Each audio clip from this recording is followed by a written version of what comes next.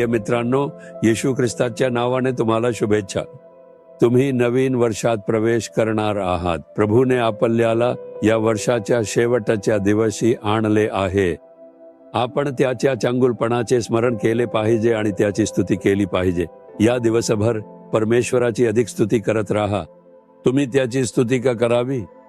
योएल अध्याय वचन 26.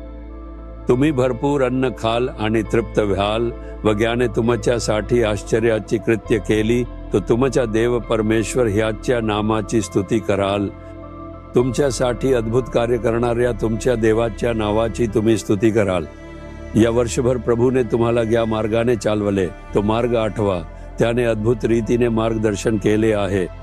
जर त्याने आपल्या पापांसाठी आपल्याला शिक्षा केली असती तर आपण नष्ट झालो असतो, पण त्याने आपल्या महान कृपेने आपल्याला क्षमा केली. आपल्या शत्रूंनी आपल्या विरुद्ध उठाव केला नाही का? जर त्याने आपल्याला त्यांच्या हाती दिले असते तर आपण नष्ट झालो असतो. प्रभूने आपल्याला तसंच दिलं नाही तर आपल्याला दुष्टांच्या हातून वाचवलं. दुष्ट शैतान गर्जणाऱ्या सिंहासारखा आपल्या विरुद्ध उठला नाही का? तो आपल्याला गिळायला आला नव्हता का? जादू टोना आणि काल्या जादूच्या संघर्षांनी आपल्या विरुद्ध येऊन उभे राहिले नाहीत का? जर प्रभूने आपल्याला सोडून दिलं असतं तर आपण तिथे राहिलोच नसतो.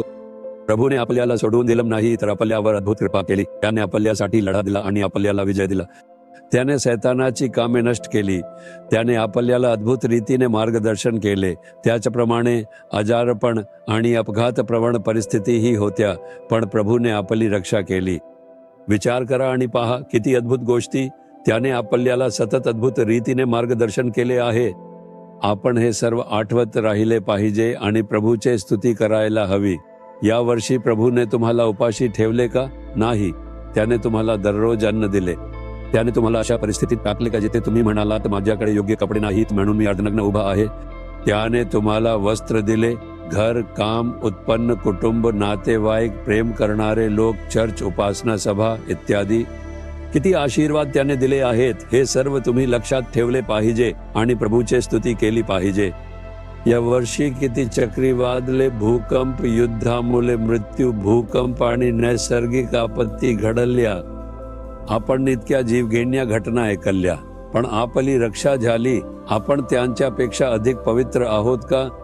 तुम्ही असं म्हणू शकता का ते सगळे त्यांच्या पापामुळे मरण पावले पण मी वाचलो कारण मी पवित्र होतो? नाही, हे देवाची कृपा आहे. हे सर्व लक्षात ठेवा आणि देवाची स्तुती करा. प्रभू माझ्यावर दया केल्याबद्दल, क्षमा केल्याबद्दल आणि मार्गदर्शन केल्याबद्दल धन्यवाद. तुम्ही कृतज्ञ असाल तर नवीन वर्ष तुमच्यासाठी आशीर्वाद ठरेल. तर तुम्ही म्हणाल का?